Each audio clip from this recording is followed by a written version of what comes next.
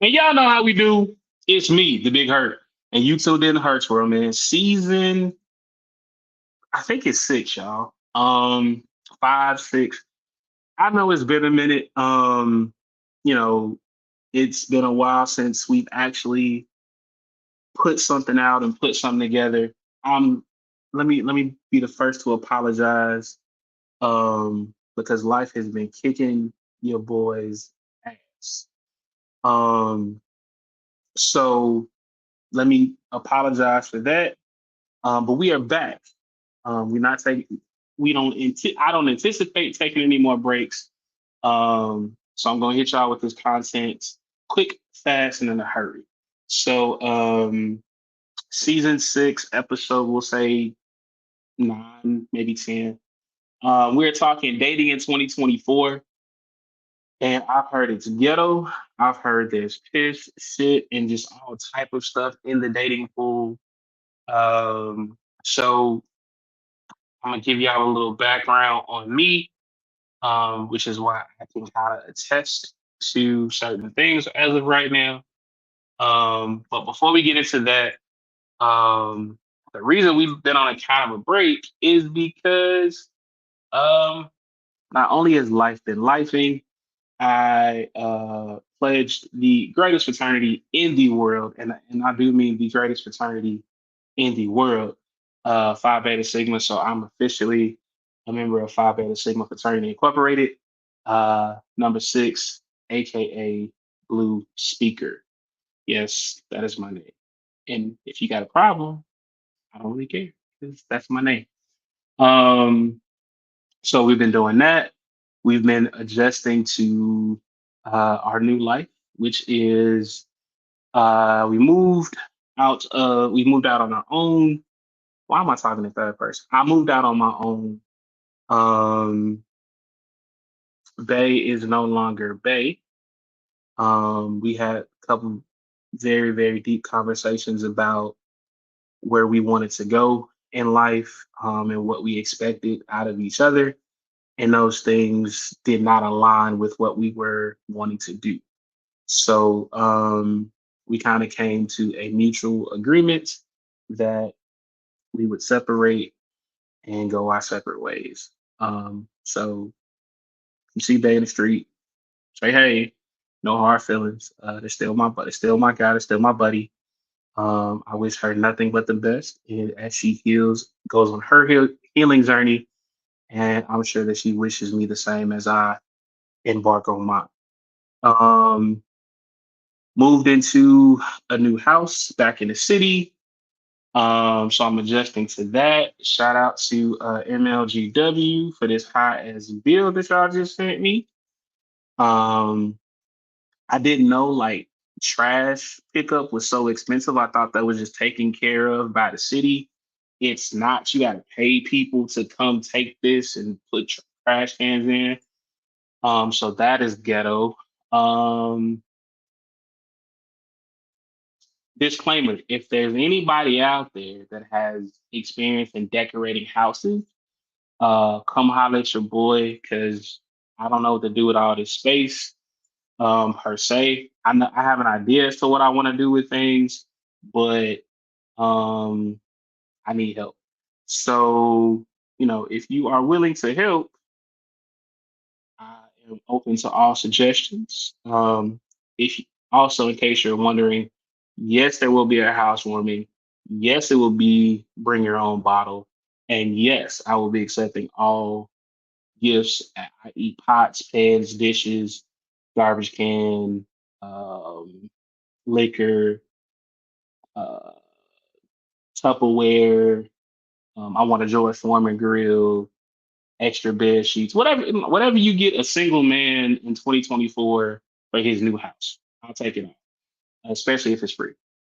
But that's a little catch up about me. Like I said, this week we're talking dating in 2024, and we got a OG on the show this week. She's been here before. Y'all know her. Y'all love her. We're gonna go to break, and then we're gonna bring her up on stage, and we're gonna get this party started. So stay tuned. Don't go nowhere. You'll be right. We'll be right back with more Herc Square. Welcome back to Hurts, where I am your girlfriend's favorite podcast host to be hurt, and if she says I'm not, eh, okay. So I think when I was like in a relationship, I could say that hoe was a liar, but I shouldn't say things like that if I'm like trying to like uh, date again. You know what? Fuck it. If that hoe says I'm not, if I'm your girlfriend's favorite podcast host, and she says I'm not, that whole life. Fuck it, because that's your girlfriend, and I'll break up happy homes. Anyway, I'm babbling, so I'm gonna shut up and I'm gonna let the OG come off mute and introduce herself. So here we go. Hello, everybody. My name is Kiara Charles. I'm happy to be back on Herc's World. I am a licensed professional counselor. I see clients in the state of Missouri as well as the state of Illinois. So I am licensed in both states. So that is my small private practice that I do. And then I'm also a full time therapist at a child trauma agency as well. So I'm happy to be here. I'm excited to talk about dating in 2024. Cool. Welcome back. So before we get off into the topic, any life updates, anything that's going on in your life? You out, you outside, you inside, you on the porch, as they say. I'm still very much single at this point, so no updates there necessarily. I did get a new job recently, so that's just been a lot of adjusting, but in a good way. Like, just leveling up in my career. And that's been a goal of mine, for a while. So I'm excited to report that. Other than that, it's still just me and my puppy. He over here bothering me right now. So y'all may hear him in the background as well. He's pretty rowdy, but that's it. So you a dog mama? I am a dog mama. Like for real, for real. Like I got a dog that's not chill. He doesn't allow me not to be in mama mode and be like, you gotta do right by me. So Okay. yeah. So let's talk dating in 2024. Um, so hearing different things from different people, I've heard, hey, it's it's not fun out here. The streets is like some folks are like the streets be calling my name, but then when you get in the streets, they be like, yeah, I want to go outside, I want to be hugged up, I want to be cuddled. Right. But then it's like, no, it's fun out here. From this person, that person, this thing, this thing. Um, so I know you deal with younger children, but like, what do you think? Why do you think in 2024 it's so hard for people to kind of just pick a side? Yeah. Such a good question because I think it is important to note that it's 2024 and we do have a lot of updates and advancements in terms of technology, in terms of access. I think access looks different right now in 2024. You got in the palm of your hand, you got this phone that can pretty much take you anywhere, allow you to talk to anybody that's anywhere within the world. And so I think that it adds an additional layer to the dating experience, and it does make it hard sometimes to say, am I just ready to hang it up and just be in the house and be cuffed and be in love, or is there still something else out there that I may want? So I think temptation is high. I think you always feel like there's another option and you wonder, is the grass greener on the other side?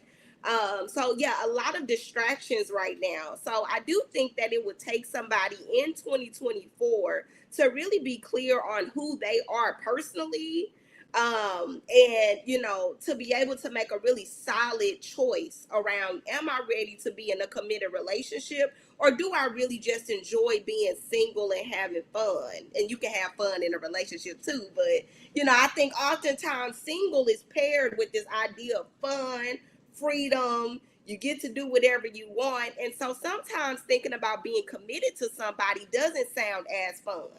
And so I do think 2024 adds some pressure, in terms of the dating experience. And it does look different now compared to how it looked in the past. So I think that we've got to be really honest about that. And we've got to really be able to analyze, like, how do we approach dating knowing that we have all of these options and we have social media and we have this access. So we've got to really be thinking about that. Okay. So, like when you get, or cause like I know, like I said, I know you see children, but like when you are, out there and you're on social media, Hmm. um, like how is it that like so I see a lot of people that are like, hey, like I'm outside and I don't have to answer to nobody, and I have like these are my non-negotiables, and these are my deal breakers. Hmm. Um, from a therapist point of view, how would you explain to somebody like, hey, like how would you set healthy boundaries and non-negotiables as opposed to, hey, you know what? You looked at me at a 90-degree angle. Hmm. And now that's like triggering, like that's a red flag for me. But all I did was look at you at a 90-degree angle. Like, so Right. how would you explain to people how to set up like healthy non-negotiables? Yeah, that's such a good question, right? Because I do think that we're in a era where we are talking about like advocating for yourself, being assertive in your communication, putting your needs first. Like, we are having those conversations, and those are really important conversations to have. However, it may kind of get us into more of an extreme territory where we are being a bit nitpicky. We're, kind of categorizing everything as a red flag, and we're kind of jumping the gun in that regard. And so, just to be clear too, Herc, I do see adults, right? So I kind of have these multiple pockets in my career and where I'm at. Kind of what I do in my 9 to 5 is very centered around children. However, in my personal business that I run, Voice Mind Counseling LLC, I do see adult clients. For the most part, I see adult clients. So I'm able to kind of get the best of both worlds in that regard. And I do have a lot of conversations with my clients around setting boundaries, understanding what your non-negotiables are in terms of dating. But that always starts with them knowing what their personal values are. So we might have likes and dislikes, but when it comes down to values, your values are really closely linked to your belief system. Like, your values are really not likely to change, especially when we're talking about adults at this point in our lives. So if you say, I value family, that's going to be everlasting. That's not going to be something where you value family today and you don't value family tomorrow. Like I said, we're not talking about likes or dislikes or, something that you may grow into. So I really think that it's important for people to be clear on what their values are, and then you're able to kind of select a partner based on that. So we have all types of exercises that helps us understand what a person's value system is. And so you have like a values card sort where I may like give you like maybe let's say 50 different cards, and you're going to put them in categories between important to me, not important to me, and I'm flexible on this, right? And you're going to go through and you're going to say, these are really important values to me. And I can't see myself being with a partner who doesn't have values that align with mine. And that's going to be a really good starting point for you to determine what your non-negotiables are in terms of dating. And so it really does start with you. It starts with you knowing yourself, and that's how you're able to start making those types of selections. We've got so many people getting into relationships before they even know themselves, and that's where we get to the problem. So I'm a y'all know I like to be open, honest, transparent. The one thing that I've learned in, you know, moving out, being on my own, starting this whole single journey, like, because if we're being honest, I haven't been single in, I think I want to say 16 years. So, Wow. like, it's literally, hey, you jump from, like, I was single, after my daughter's mom, then I jumped into a relationship with, my ex wife. Um, that was, like a good total of like 10 years.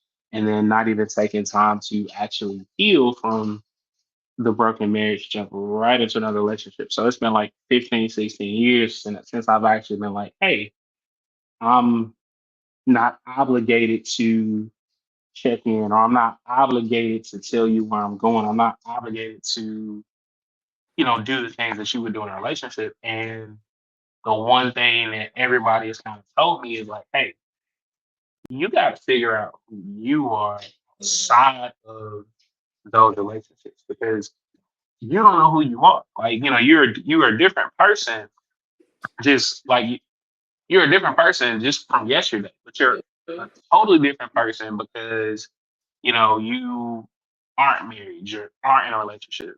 Like, so who, I'm finding myself asking, like, who are you? Yeah. Um, who do you want to be? Um, and as I'm finding it out about myself, it's like, okay, well, um, I don't like when folks don't communicate with me. I, I'm very, very attentive. Well, yeah, I'm an attention whore. I like attention. Like, Mhm. and I guess it's just because I'm just so used to getting attention. Um, I don't necessarily know how to be by myself. Um, and that may be a problem because, well, not may, that is a problem because like I'm trying to stop myself from saying, okay, you're not necessarily, healed from the trauma of being in that relationship for so many years. But then there's this shiny new toy over here, and it's like, hey, like that person is giving me attention. That person is just doing X, Y, Z, and that person makes me feel this way. And that Mhm. person makes me feel like that. So maybe I should go over here because it's another person.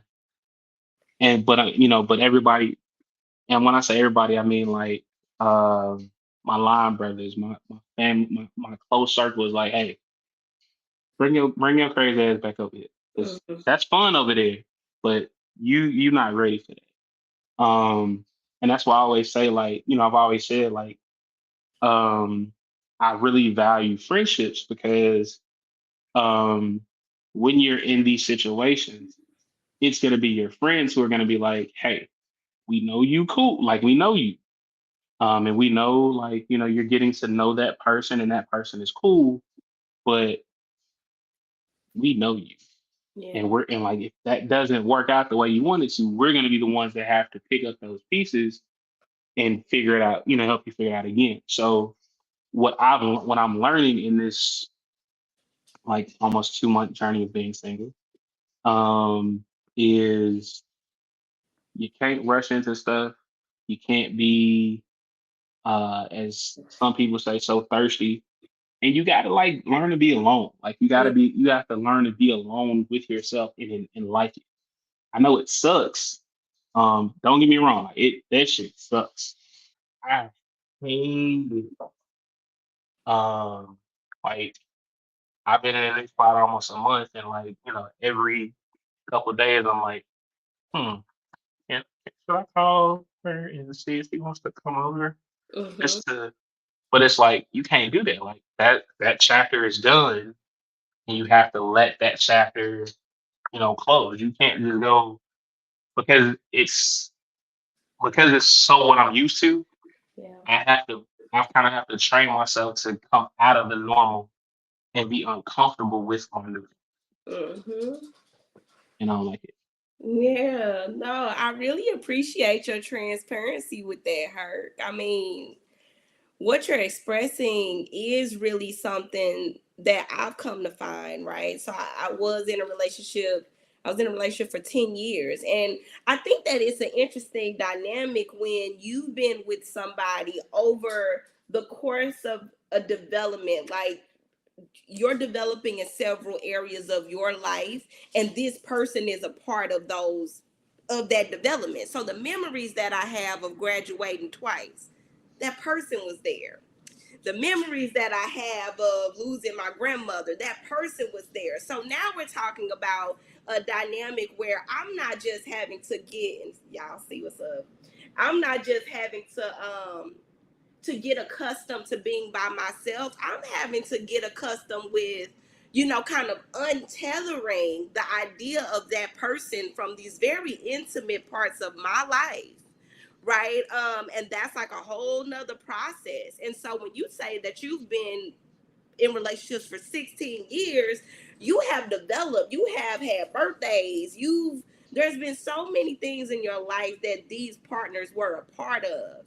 And so you don't just feel like you're separating from the person. You feel like you're separating from these memories that you all have built together. So this is a really deep process, and it is hard. It is difficult, but that's why I tell people that oftentimes I feel like we're being prepped to be in relationship, right? Podcasts, TV shows, books. They're always talking about how to prepare for a relationship. But are they prepping us to be single? Right? Because this is a journey all in itself. This is a relationship with yourself that you're building. And I don't think that we have enough literature, enough conversations to be able to help us through that journey of singlehood. We're always being taught how to be with somebody. And so I agree with you. I think getting uncomfortable, learning to be okay in that discomfort, and having the awareness of, in saying, I might miss this person, but also, is it just that I don't want to be alone, which is two different things. I miss this person and I'm just lonely and would like to have some company. And so being able to just sit in that experience, learn how to cope. And that's why I'm happy that we're talking about dating and mental health, because they do go hand in hand. So the same way that I may help somebody overcome grief related to losing a loved one in therapy, I may help them cope with the grief of losing a relationship and kind of entering singlehood. So yeah, this is definitely a mental and emotional transformation that you're going through, and it's not meant to be easy. But I do think that you can identify what is the payoff, what are the goals that you're looking for at some point in this journey of singlehood that really will make you a better person, and ultimately will make you a better partner when you're actually ready to do that again. Um, that's a good question. Um, I don't really know. Like, I think the goal per se is to become a better person overall. To be more emotionally available, more understanding, and be a better communicator.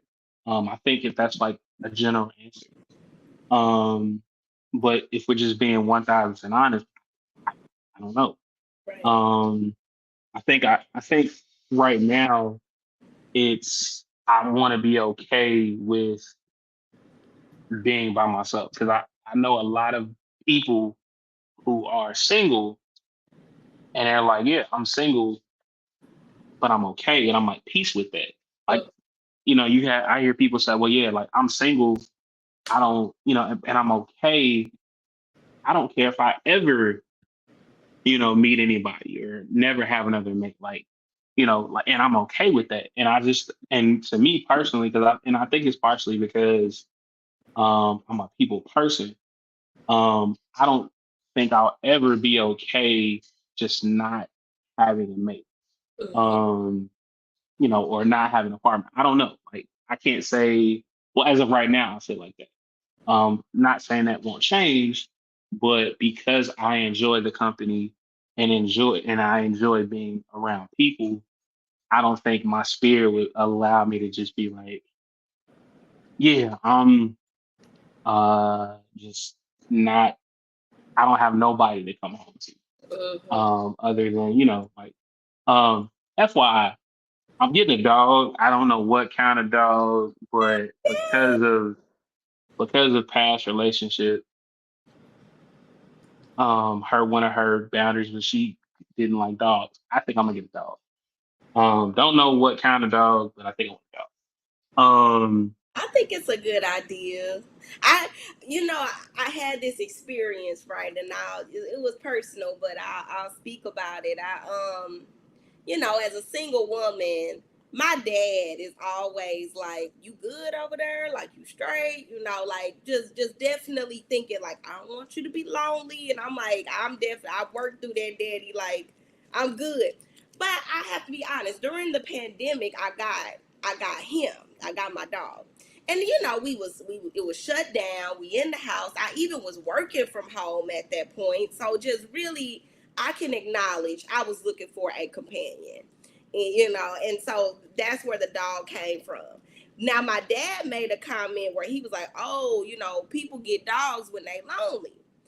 And my reflex, you know, I think, you know, there's a negative connotation to being lonely. You know, it's almost like, oh, like you lonely. Like it felt like to me like that was a weakness, or like, oh, you wish you had a man, or you know, it just comes with a level of like, dang. But I went ahead and told my dad in that moment, yeah, I am lonely. But I don't think being lonely has to be synonymous with I want a man, and I just want any kind of man. I'm desperate. I'm looking for a man, you know, and I had to just sit with that myself, because my reflex was to get a little defensive with my dad and be like, I ain't lonely. I just wanted a dog. But the truth of the matter is, I was lonely in that moment. The dog did come in response to that. And so I just had to be honest. But when I processed it myself after the fact, what I came up with was, my dad said you're lonely, but I heard you're desperate. And that's not what he said, right? That was Right. own my own insecurity coming up in that moment. And so that's where I'm coming at with singleness, right? I think a lot of times we do perceive singleness to be like, oh, I'm in this state of desperation, don't nobody want me, you know, and it's like, that's I had to reformulate that in my mind. And the truth of the matter is, I think both of us can agree we can go find somebody to be with or to spend our time with. It's actually not that difficult. Well, as a woman, if I gotta be real, it's so many men looking for a place to lay up, or you know, and like I said, it doesn't mean the quality of man that you're getting is not husband material necessarily. But if you just want somebody to come lay up, rub on you, talk to you nice, you know, it ain't hard to find. So really at this point, I'm single by choice. I am looking for something that's a bit particular. So I am waiting until I see that. And so this singlehood is not necessarily a jail that I'm in, or it's like I feel a bit more empowered to say, no, I'm single, but it really is by choice. I passed up on opportunities to be with somebody just because I didn't feel like it would be a good fit. And so it's not desperation. It really is like, when I do take that step again into a relationship, I want it to feel right. I want to be able to give it my best shot. And I don't want it to be because, oh, I just didn't have nobody. I think I would be betraying myself in that. So that was a moment that I had with my dad that I had to sit with and say, yeah, singleness does get lonely. But it's not like this unbearable feeling that I don't feel like I can cope through. I can talk to people about and get some support around, you know. So women, Uh-huh. y'all kind of have it a little easier than guys Okay. because it is a lot of homosexuals out here that are just kind of so. I mean, I'm trying to find somebody to lay my Xbox, PlayStation, whatever. Yes. Or I just it's about to get cold. Shorty over here ain't doing XYZ. Shorty over here said she got this. Let's go over here. Mm-hmm. Um, in my personal experience, um, I don't know. Like so me personally, I just feel like I have a lot of um, not necessarily flaws, but things that most women are like, I don't know if I want to deal with that. Okay. And so me personally was like, yeah, it would be cool to have somebody to call up and say, hey, you know what? I just got home from the gym. Um, if you want to cook, cook. If you want to grab something, grab something. Let's just sit up and watch TV, and we can go in the room and just lay down and go to sleep. That would be cool. Um, but on the flip side, because I'm still, um, I guess I want to say not because I'm not over past relationships because if we're being honest, since I've been, out the house when I've been single, um, and people have slowly started to find out, like women have kind of just started to come out of the woodworks and say, "Hey, I think you're cute," and "Hey, let's hang out." And I'm like, it's cool, um, but it's in the mindset of things. It's like, well, it's cool, but I'm still trying to be um kind. I'm trying to be cognizant of of a relationship that no longer exists. So Right. like, if I'm hanging out, um, and if y'all follow me on social media, y'all know. Like, I'll say certain things or I'll post certain videos, but you won't. If I'm with somebody, you won't see who I'm with, Mm-hmm. unless it's my line brothers. Like, if it's a young lady, I try not to, show out of respect who I'm with, because I just feel like, I guess in my mind, I'm acting like I'm in a relationship, but I'm single, and I got to get out of that. Mm-hmm. Um, like, I went out with somebody, and I'm talking about, man, we had an amazing time. Like, um, but I wanted to post XYZ, but because I was kind of like, I don't know if I should do that, because I was scared that somebody would see it Yeah. and report back. I didn't. And folks are like, bruh, post that shit. Fuck her.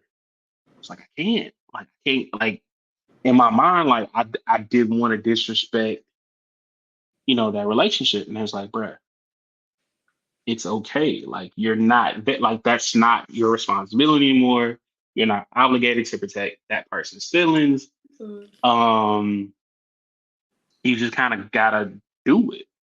I didn't do it, but I still like, but the idea was there. So I guess as I get to know more about this single thing and boundaries and all the other stuff, I'll post if I go out. Y'all may not see now. I will now if y'all start to seeing multiple women, that's just mean I'm having fun. But I think this next relationship, whenever it is, Mm-hmm. um, like y'all will, she'll have her own nickname and y'all may know about her, but y'all may never see her unless she posts me. Mm-hmm. I'm trying to get posted. Well, those are the decisions again, going back to social media, dating in 2024. These are real valid questions. Do I post? Do I not post? I've even had conversations, right? Dating where it's like, hey, I don't want you to think that I'm being funny, because they're like, it's the memes where it's like, oh, she'll post the food, but she won't post the dude who bought it. Like, Right. so I know that that's a conversation, but sometimes not posting it is also like, I don't want this to become a thing. Like, I know my family, they know I've been single for years, so they see me post a guy, they like, oh, is this the one? Is this like a new guy? And I'm like, I really don't want to give off that vibe unless it really is on that type of time. So I don't think that there's a right or wrong way to approach it, but I do think you can have that conversation with the person that you're dating and be like, hey, like, we're having a good time together. I'm enjoying you, you enjoying me. But I'm not ready to post us just yet. And then maybe they be like, okay, cool, we don't gotta post, just yet. Or maybe it's like, I'ma post it, and then they be like, yeah, post it. Like, let's see. So I don't know. It's interesting because I think these things could come off a little petty, um a little juvenile. But no, I think that these are really important conversations to have, because we understand how social media can really take something and run with it, and it becomes a bigger deal than it has to be. So yeah, I understand where you coming from, where your people is like posted, who cares? But you feel like, no, that's kind of a big deal for me. I don't want to. So I think that's valid too. It's just a matter of knowing where you stand on it. Cool. All right, man. We're gonna go to break because we've been talking for a quick. We've been talking for a minute. Y'all stay tuned for more Herc's World. We'll be right back. Welcome back to Herc's World. I am your girlfriend's favorite podcast host, Big Hurt. And if she says I'm not, yeah, who a lawyer. We're talking dating in 2024. Uh, the amazing, talented, all that good stuff. Kiera, is it? Am I saying that right? Yes, Kiara. Okay, Kiera is with us. We're talking dating. So let's go here. We know. Oh, 1 second, y'all. All right, so we know you are outside. Mhm. On the outside, or you on the porch, or you out? I'm outside. I mean, I'm single. I don't Okay. really know I don't know what the like categories like what do that mean, but I'm single. So I think outside is probably the best way to describe it. Okay. Yeah. Not because so okay. I saw a meme, and you can just answer how you want. Okay. Um, are you out like so? Are you single to the point where I can call you after 10 o'clock and you can answer, or are you single that you need to call me right at 8:59? Because if somebody see my phone ring after a certain time, they may or may not have a problem. Right, right. I'm definitely after 10 o'clock, you can call. I'm that type of single. Yeah. All right, fellas, y'all heard it. That was the green light to shoot your shot. I set it up. I threw the alley. Y'all got to catch the oop. So she outside. Yeah. Um, ladies, let me just go right here. Blue Speaker is also single. Um, Hmm. so any deltas, zetas, or XG rows or AKAs. Anyway, that's another story for that's a different episode for different. Anyway, um, so let's talk. Let's go here in setting expectations for relationships. Um, how do you how do you tell people or how do you coach people to say, okay, well, I know I have my non-negotiables. I have the things that I'll deal with. I think I have things I don't deal with.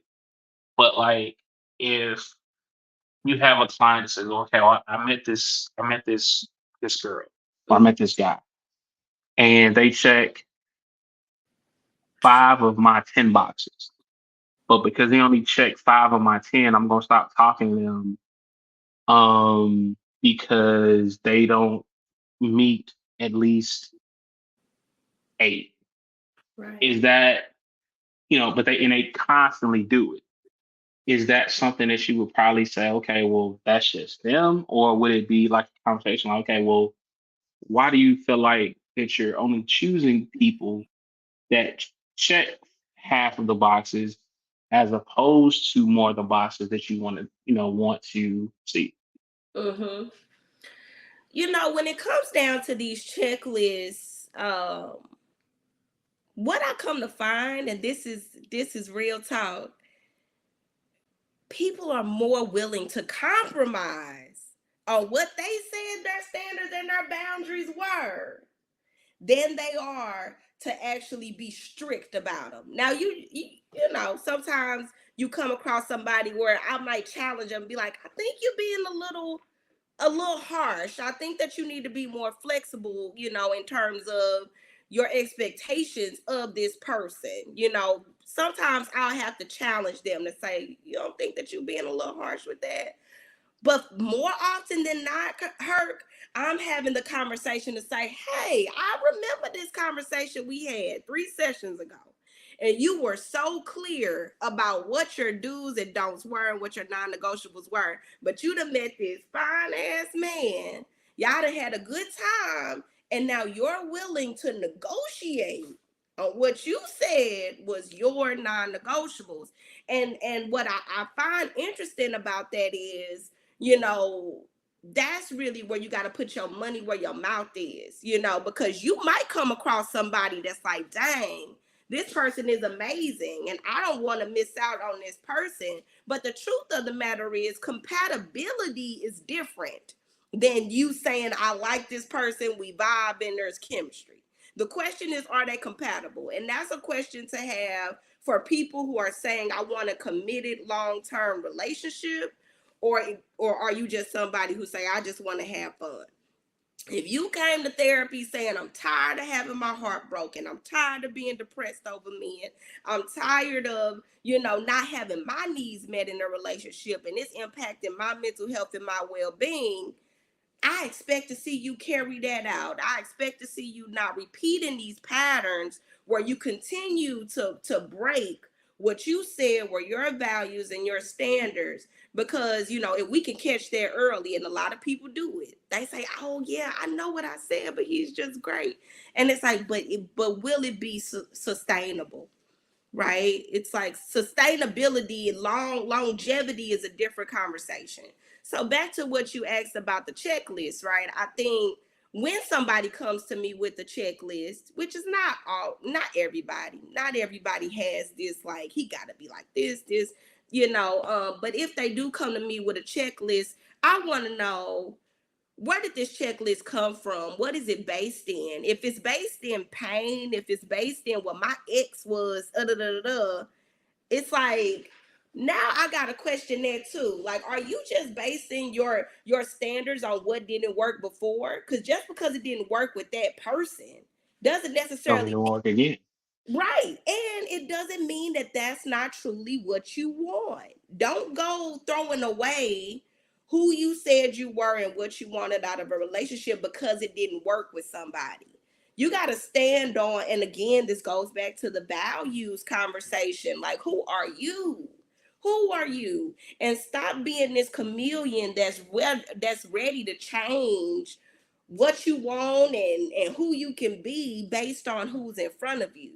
I want to see some consistency. Like, no, this is who I am, this is who I'm gonna be, and this is who I would need my partner to be. So that's where checklists get a little tricky, because I want to know the story behind the checklist. A lot of people make a checklist when they crying over the last dude that broke their heart. So that checklist is kind of faulty. I don't believe in it because you did it. It was inspired by pain and hurt and you being spiteful, right? So maybe we need to create a new checklist when you're in a more healed space and you have some clarity on what you actually want. So checklists kind of annoy me a little bit, because I don't know, a lot of times I'm like, what is this based on? And are you gonna stick to it? So I was gonna put you on the spot and say, okay, let's create Herc a checklist of what he wants. But since you hate checklists, we ain't gonna do I that. don't hate it. I'm a little annoyed by them. Another okay. So ladies and fellas, being digmatized and being whipped is a thing. Like Yeah. folks will be like, yeah, I like this person, I like that person, and then you get a taste of that other thing, and all of a sudden you compromising morals, and you ain't you all that stuff you said you weren't gonna deal with, you dealing with because you went too deep. So in any relationship, if you dating in 2024, man, just be careful. Um, just don't lose yourself. Um, like the one thing that I kind of admired about um, former Bay, or let me see, somebody told me to call her my before. Mm. So I'm gonna call her my before. So one thing I admired about my before was when she finally figured out, like, hey, this is important to me, and I don't think you're gonna be able to do that, then she stuck to it. Like, so what I'm talking about, so she's really big in the church. I used to be, like, but I don't like, I was a grandkid, I was a grandfather kid, Had to be in church every Sunday, Wednesday, vacation Bible school, all. So, when I turned 18, I was like, I just don't want to go to church every Sunday. So I gradually kind of just stopped. And then over the years, I've been like, well, I don't go to church on a regular basis. And then I don't want to be one of those folks that just be in church because it's Christmas or Thanksgiving or Easter. So I just wouldn't go then. But I know she goes, on a regular basis. My thing was, like, because I have unresolved trauma from my grandfather's death, being inside of a church is kind of triggering for me. Now, would I be willing to compromise and go to church once a week? I mean, once a month, maybe. But at the same time, like I'm still in a place I don't necessarily want to be here. Um, and I'm just really not in a headspace to say, okay, I can give you that one time a month. And then when we had that conversation, it was like, okay, well, if you can't give me that, if you can't compromise, then I don't think this is going to work because I want to be back in church. I want to be more involved. Like, not, and that's not saying I don't believe in God. It's just saying I'm just not in a mental space or a space to say I can give you a once a month or I can commit to going back to church on a regular basis. I'm just not there yet. So my partner, whoever she may be in the future, if I'm not all the way healed from that, which I hope I will be by the time, we get out there or I get out there, you're gonna have to either say, okay, I can deal with it, or no, like you just not, it's not for me because I'm deeply rooted in church. I'm in choir, I'm in this, I'm in that. And if that's who you are, then that's who you are. I can't, who am I to come in and try to change who you are? Like I feel like in relationships in general, we always try to conform to what our partner wants us to be. Um, and that's cool to a certain extent, but that's why, like, when you get out of relationships, you have to relearn yourself because in relationships, especially like, long term ones, you become different people. Like, you become a whole new person, whether it be good, bad, and different. Like, you become a different person and you have to learn, all right, who am I without this person? Who am I post this person? Because you're not going to be the person you were before. You're not going to be the person you were while you're with them. So you got to learn who you are again. And the mistake that I made was um, I never learned who I was. I didn't learn who Marvin was. Or Herc. I didn't learn who Herc was not being married. I learned who Herc was right into another relationship, and just thought it would just translate into, oh, because I did this in marriage, I can do this in a relationship, and then we'll jump back into a drop and we'll be fine. Nah, because once I started to figure out, hey, I don't like certain stuff, or I don't like doing this, or like because right, I get it. Um, because I like certain aspects of certain things, um, that doesn't work for everybody. Like I'm more of a sociable person. My partner has to be sociable. I can't deal with somebody who's kind of like closed off or doesn't like hanging out with people. Um, or is like just, hey, it should just be us. Like I don't deal with. I've learned I don't deal well with that. So whoever I decide to date has to understand, like, we ain't got to plan, like we ain't got to be like the top 10 greatest party host, but every couple months, man, we need to host some type of shindig, or some type of holiday thing, because I enjoy seeing smiles on people's faces when I'm hosting an event in my house.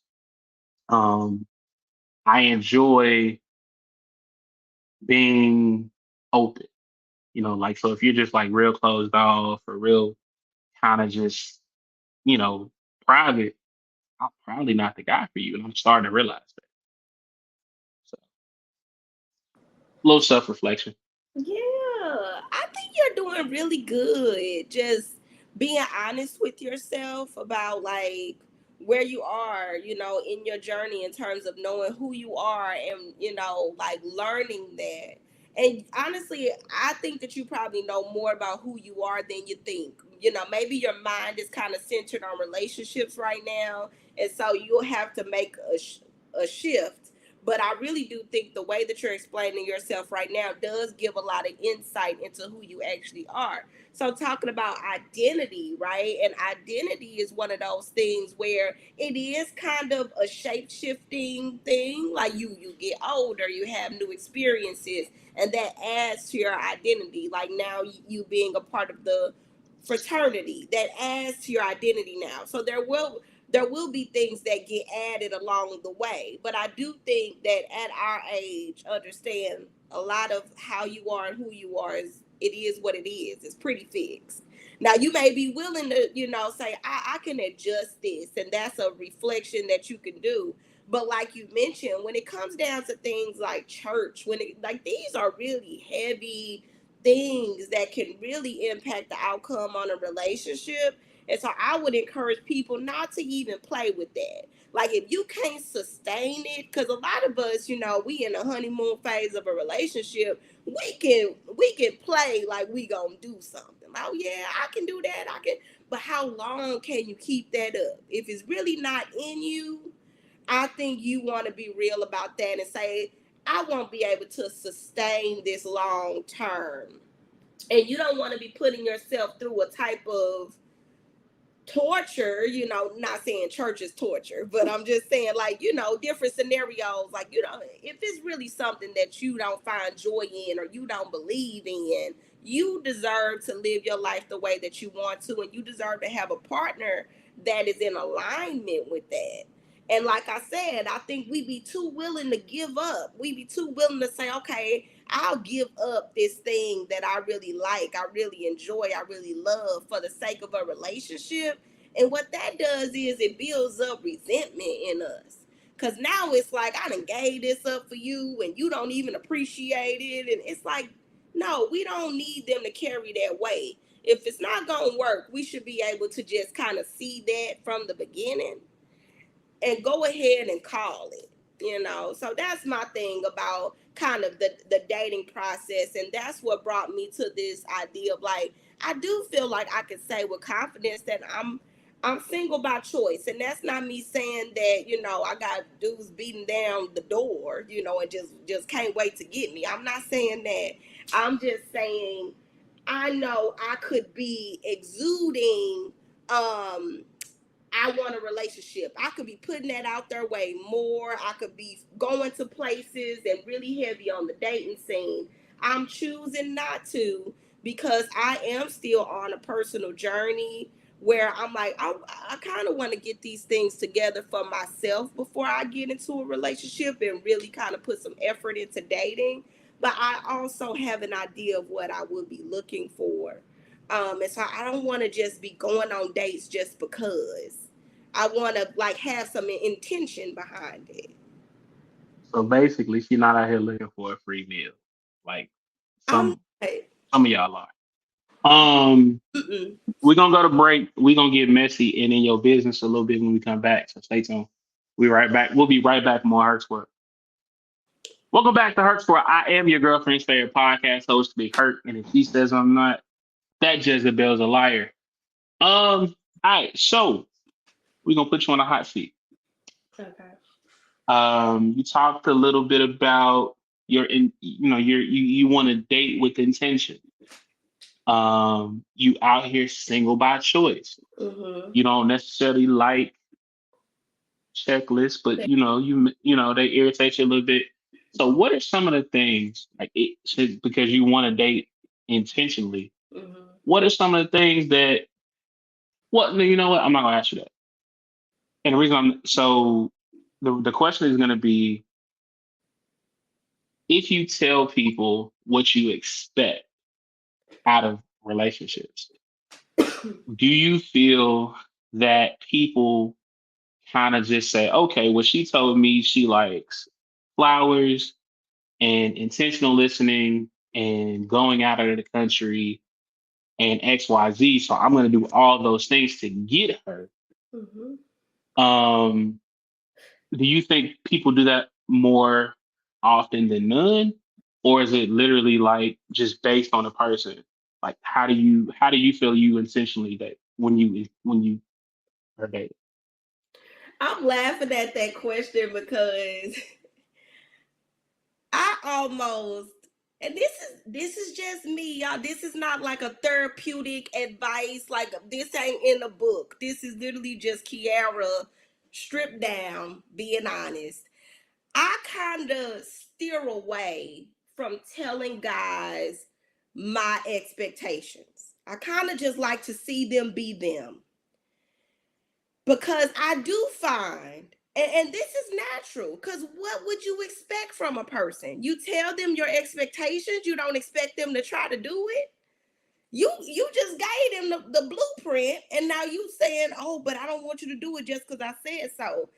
They're gonna do it. So it's like I kind of stir away from that. And it's not that I won't communicate. I say, well, this is what I enjoy, but making it such like this is what I expect. It's kind of like I do think you can set yourself up to kind of get the representative where he's gonna check them boxes. Oh, she says she like this. I'm gonna do this for forever so long, and maybe he gets his goals met, whatever he was in it for. And then you notice those things stop happening. He stopped doing those things. And so that's why the checklist, the expectations, I'm kind of like, I remember my own therapist, right? I was talking to my therapist, and she was like, and this isn't a new concept. I'm sure people have heard it in other places, but she was like, no, see how does he treat the waiter? How does he treat the custodian? How does he treat just your regular everyday person? Because that lets you know his character. That means he's not just putting on a show for you. This is who he is when nobody's looking. And I can look and observe that and be like, see, that's my husband. That's how I want. I want to know my husband is the man who's going to help the old lady across the street. Without he don't need no reward. He don't need nobody recording him. Don't nobody got to see. This is a man with a big heart that believes in giving back to his community or whatever, and that's just who he is. He was like that before I came along. He gonna be like that after I leave, if I leave. And so those are those things where I'm like, that helps me skirt around this whole idea of, is he just doing this because he know that that's what I like, or is this really who he is? So that's kind of how I do that. I don't even really, and yes, I do date with intention, but I kind of it's okay to hold some things close to the chest.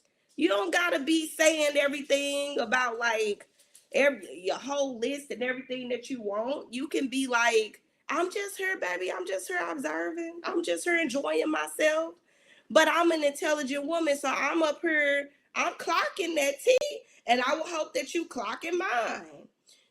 But me having to verbalize it is where I'm like, I don't know if I do that. Okay. Does that make sense? What you think? It makes sense. Ladies, I'm gonna give y'all a little cheat sheet for me. Um, I enjoy a nice meal. I didn't say you had to cook it. Mm-hmm. I didn't say you had to buy it. I just said I enjoy a nice meal.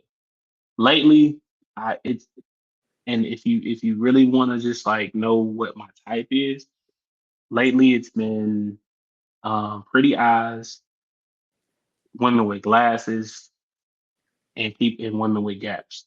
I don't Mm-hmm. know why. It's just sexy shit to me. Um, but put that in your little notebook if you thinking about, hey, Hurt, take me on a date. You might check one of them. Just do that information what you will.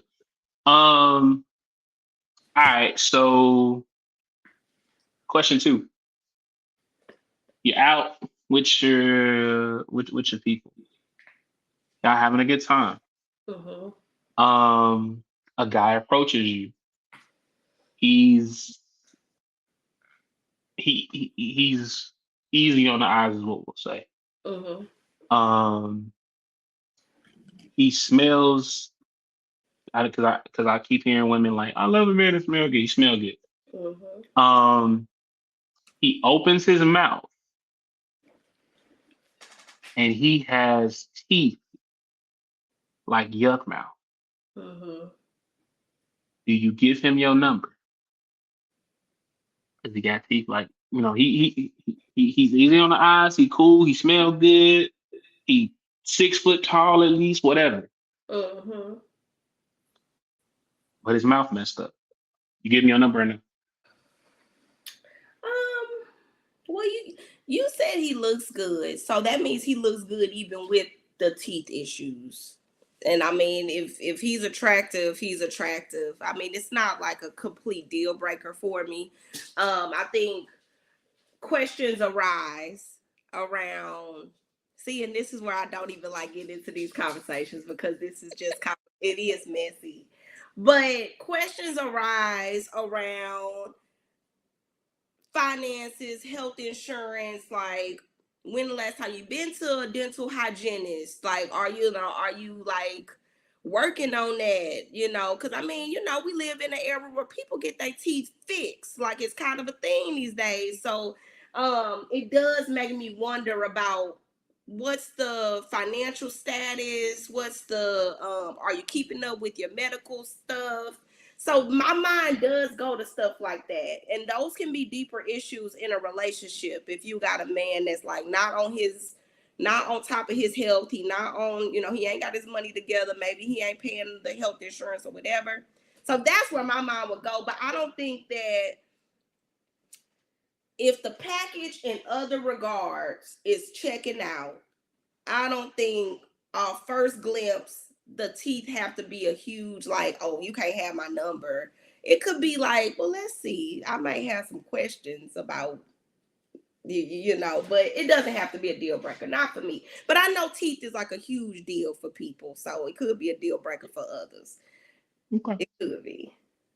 All right, last question.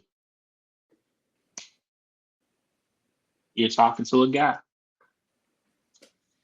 He is cool. He has good conversation. He has good job. He's good. He treats people well. Y'all are sitting there having a conversation. It's like like y'all have gone on like one real date, but y'all have kind of like been in each other's presence for about, we'll say about 2 weeks. Okay. And he says, "Hey, I want to have a serious conversation, and based on how you answer this question is going to determine how we move forward." Yeah.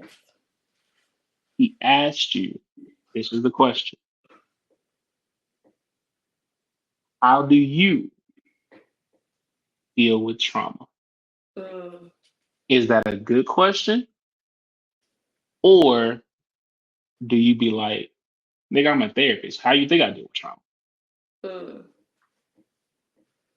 No, I don't think the assumption should be that just because I'm a therapist, I know how to deal with trauma. I mean, I may know it out of a textbook, but personally, that's a different story. So I think that could still be a good question, even for a therapist. Um, and I would try my best to answer that question. It is one that I don't think I would be anticipating. Out of a 2 week, I think that that's kind of like, oh, okay, that might catch me off guard, but I would do my best to try to articulate a good a good enough answer for him. I like that he's asking a question like that. It does make me curious. Like, what made you ask that type of question? But I would do my best to try to articulate it. But I do think it's a deep question that does take a little bit more reflecting. And the way that I kind of envision myself answering that is probably in like, hey, I'm thinking, I answer it on the spot, but then maybe tomorrow I call you like, I'm still thinking about this question that you said, and I wanted to add to my answer. So it's kind of an ongoing conversation. I would hope that he doesn't hold me um to that moment and him being like, oh, I hate how she answered that, she'll never see me again. Like, I feel like it's kind of deep, it's a bit of a Yeah. curveball. Like, so I would hope he would give me the grace to be like, I'm gonna do my best to answer it, but I do think that that's a deep and interesting question that would make me wonder about his past relationships and experiences. Like, why are you asking me that? So So I'm gonna be honest. That is a question that if as I'm as I've been kind of talking to people, getting to know them, trying to see what's what, I've asked, mm, how do you deal with trauma? Because in my best friend's words, I tend to gravitate towards women who are kind of like not necessarily big projects, but they got some trauma behind. gotcha. So there's some trauma. There may be some trauma bonding in it. Hmm. So if we're having conversation and we're talking, I want to know how you deal with that, because if in the past, and some people are like, you don't do that, it's too early, don't do that. But in the past, if you don't know how to deal with trauma and you kind of just shut down or you just get real standoffish, I'm gonna revert back to what I used to do, and I don't want to do that. Right. I need to know, like, hey, like, you deal with trauma in a healthy way so that we can deal with trauma in a healthy way. Hmm. If you're gonna revert to what I'm used to, then I'm gonna have to keep it moving, because um I don't want to repeat that cycle, if that makes sense. That does make sense. I think too, her that's kind of, it almost feels like I wouldn't be able to answer that question necessarily, maybe without talking to you about my personal trauma history.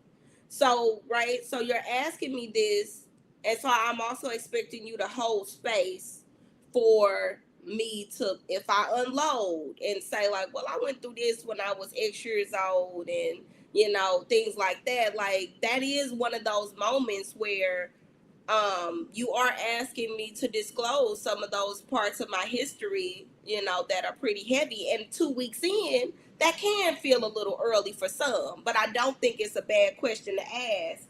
And what I heard you say was, you're asking that so you don't repeat the same patterns that you've done in past relationships, where you tried to maybe fix people or try to help them through their trauma, and really that's their responsibility. So I get why you're asking that question.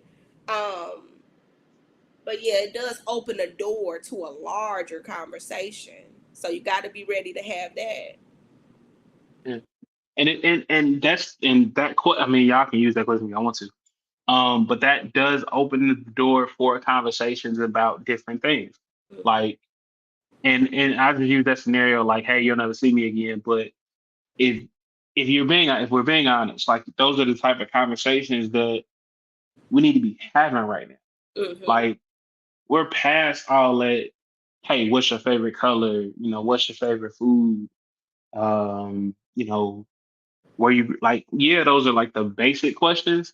But I feel like in 2024, the conversation such as like, okay, well, how do you deal with trauma, or how do you adapt to change, or man, what is your debt to income ratio, or like, what's do you have any kids that you don't know about, or like, stuff like that is important, as opposed to, hey, how many bodies you got. Mm-hmm. I don't care. Like, if you had a couple, cool. Mm-hmm. You gonna eventually gonna find out. But like, those are the type of questions like, hey, how do you deal with trauma? Like, how do you deal with grief, or how do you handle yourself in corporate situations? Like, those are the type of conversations that should be replacing what do you bring to the table, or what's your favorite, what um stuff like that. Yeah. Now, and I will ask off the wall questions like, um what brand of Doritos do your feet smell like, Mm. just to see what the hell, like. And now, if I ask you that, I'm not like, I'm expecting an answer, but I'm expecting you to laugh and give me like a funny answer. If you go off into a tangent about like spicy Dorito nachos and shit, I'm probably gonna question your sanity. Because y'all, as a lot of y'all, I hate feet. You So hate feet? I hate feet. Like, so feet is so don't so. Is that a non-negotiable? I'll explain. It's not a non-negotiable because although I hate feet, like I despise, like don't put your feet on me, don't touch me with your feet. I hate it. But if I genuinely start to care about you, or I genuinely love you, I will willingly rub your feet. Okay. So I told Bay, I said, look, I hate feet. I do. I despise it. Don't ever put your feet on me. But if we get to a point where I say, hey, give me your foot, then you should be worried, because I'm just about falling for you, Mm, because I hate feet to like, yeah, it's bad. So okay. I like it. I know some guys have like foot fetishes. I Mm-hmm. feel like that's the creepiest shit in the world. Like, why are you looking at this woman's foot? But that's me. Um, so if you're listening to this and we end up talking, or dating or whatever, I hate feet, so don't touch me with your feet. If you put your feet on me, I'm gonna call one of my sisters and I'm gonna have her whoop your ass because you put your feet on me. But if we get to the point where we're dating and we're talking and it's about to get serious and I ask to rub your feet, then you kind of got it. Mm-hmm. That's a little snippet into me. I gave y'all look. I gave y'all a lot of knowledge on how to shoot y'all shot with me, and I threw a couple alley oops to shoot y'all shot with here. If y'all missed it, that's on y'all because I ain't paying attention. So but no.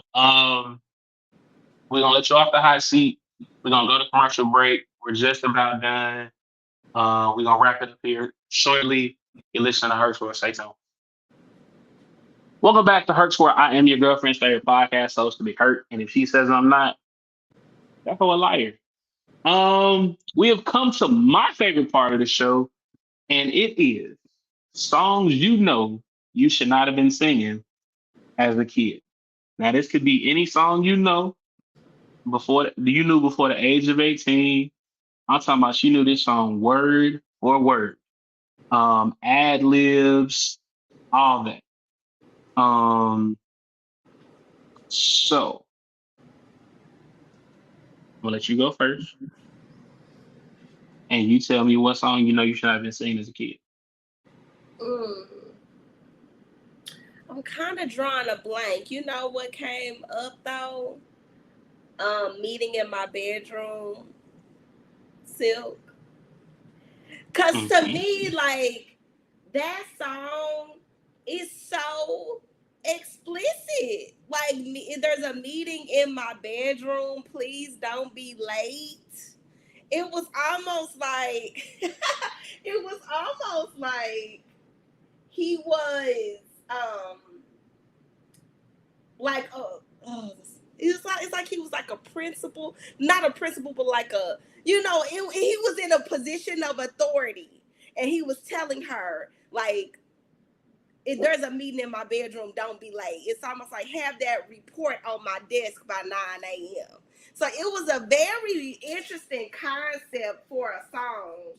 Very sexual, very explicit, but it is a bop. Like, it is one of those things that I was singing as a kid and just I love that song still to this day.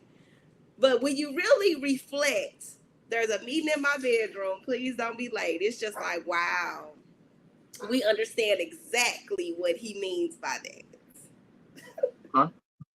Huh? So mine isn't sexual or raunchy this week. Mine is more of like, so y'all know I love. I am a teddy bear. I'm cute, cuddly until you piss me off, and then y'all see the other side of me. So this week, the song that I have is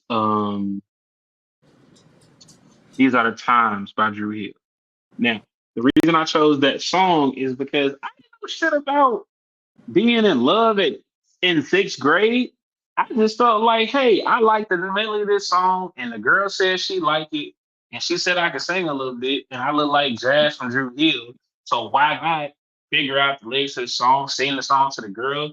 Because I'm trying to get her to kiss me at the line.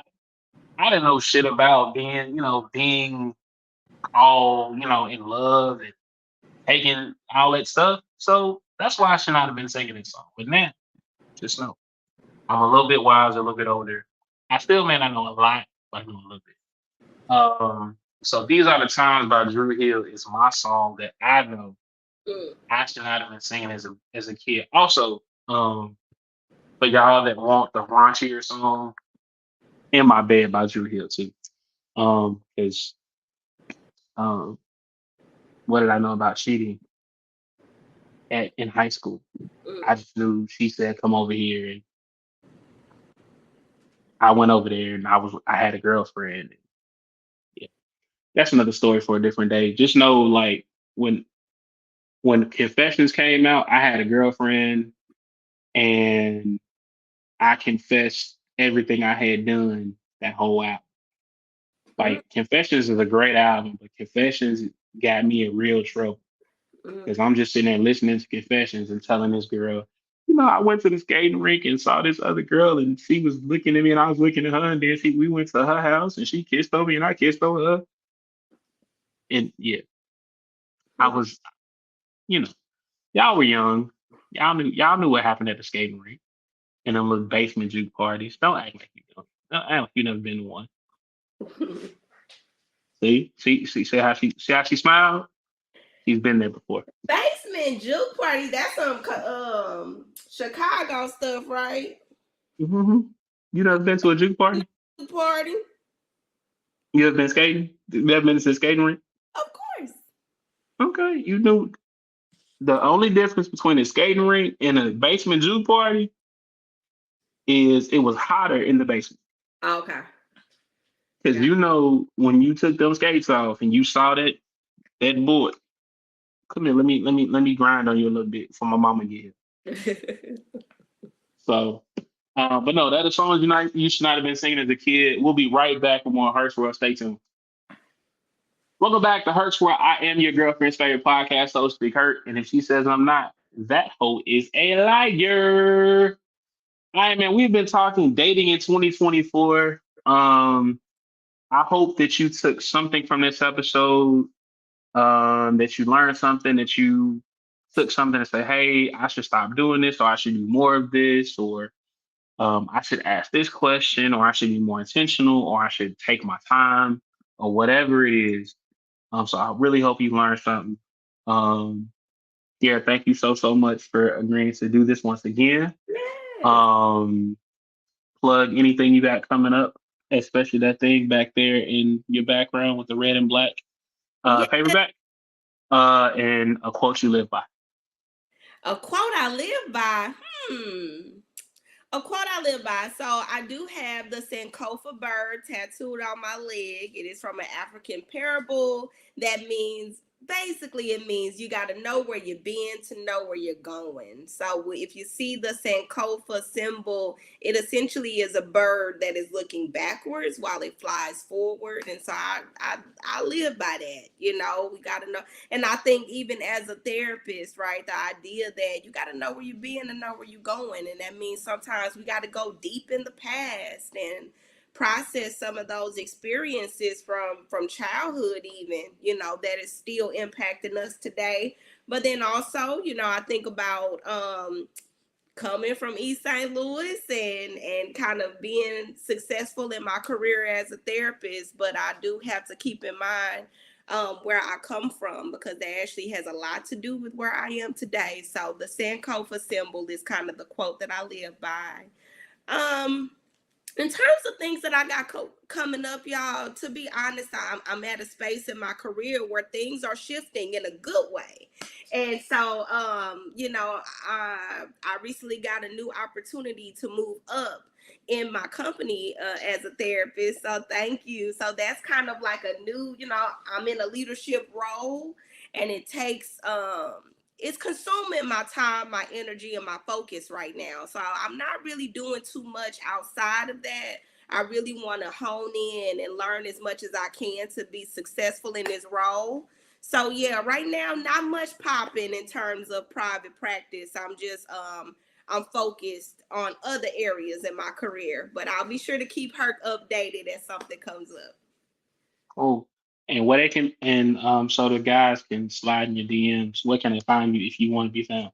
Oh my God, I don't really want to be found. Oh well, if you I need don't if, really. if you need therapy, drop that. How about that? Okay, there we go. Not sliding in the DMs, but definitely for therapy, y'all. So the name of my private practice is Voice Mind Counseling LLC.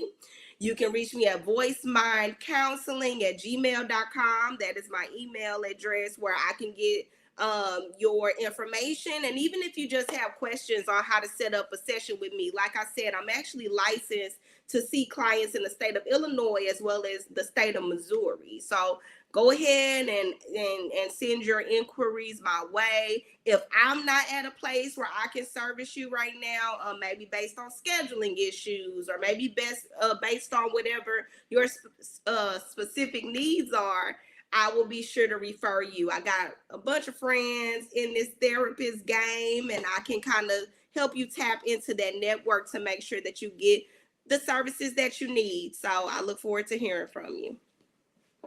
Cool. All right, y'all. We have come to the end of the show. This is where I kind of ramble on for a second, so bear with me. Um, I moved back to the city. I'm happy and upset about it at the same time. I'm kind of in a space where I'm happy to be back in the city, but I'm also like it's bittersweet because I feel like I should be with my family. So this season of being single and trying to be and not even being single, this season of being alone is an adjustment for me. So I'm dealing with that. This season of trying to figure out who I am um, as a man, as a Sigma man, as Herc, as an employee, as a boss. Like I'm just figuring out everything. We're trying to figure out some healthy norm of this new normal that I'm adjusting to. Um, I'm adjusting to people saying, "Hey, I think you're cute. Hey, I think we should go on a date. Hey, I want to do things for you because I'm just a genuinely nice person." Wait a minute, you want to do what for who? I'm used to doing that for other people. So I'm in a season of um, trying to adapt to people helping me and being nice to me, not wanting anything in return. I'm also in a season of I'm just gonna like who likes me. So I like there are a lot of attractive women in this world. God did his big one when he made the black woman. Don't get me wrong. But there are a lot of attractive women in this world. But what I'm learning in this new journey of life is you gotta like the people that like you. Um, and if you don't like me that way, then guess what? That's cool. And I'm gonna focus my attention on the people that like me in that way. So there's that. Like I said earlier in the show, I got all this house with no idea on how to decorate it. So if you got some ideas, send them my way. If you want to come do it for me, I'm okay with that too. Just don't have me. Well, you know what? Let me not say that because I need I need my house decorated like a single man lives here, but because I don't want to give off like, oh, a guy lives here, but a woman may or may not live here because don't nobody. No, I can't. We ain't ready for it. So if you can give me ideas on how to decorate and still keep it like bachelor like, cool. Um, what else? If you're watching this live on YouTube, of course you know above my head. Commercial spots start at $45. You need to update that. But commercial spots start at $45. If you want to promote leaving your you want to promote your business, you want to promote your event, you want to promote you leaving your baby mama, you want to promote you leaving your baby daddy, you want to promote you single, you want to promote whatever. $45 will get it done, and it'll be professionally made commercial by the homie Casual. Um, Make sure that you comment, and subscribe on all the socials. Um, I don't want to say my DMs are open for like that, but I'll peruse, So if you want to slide in the DM, you can. We'll see what happens. Um, Go mob to all my good brothers. Um, as always, if you don't work, you don't eat. You got to crawl, you can walk, walk so you can run, and man, run before you can fly. I am your girlfriend's favorite podcast host, Be Hurt. And so the next time you see my face or hear my voice, Hurt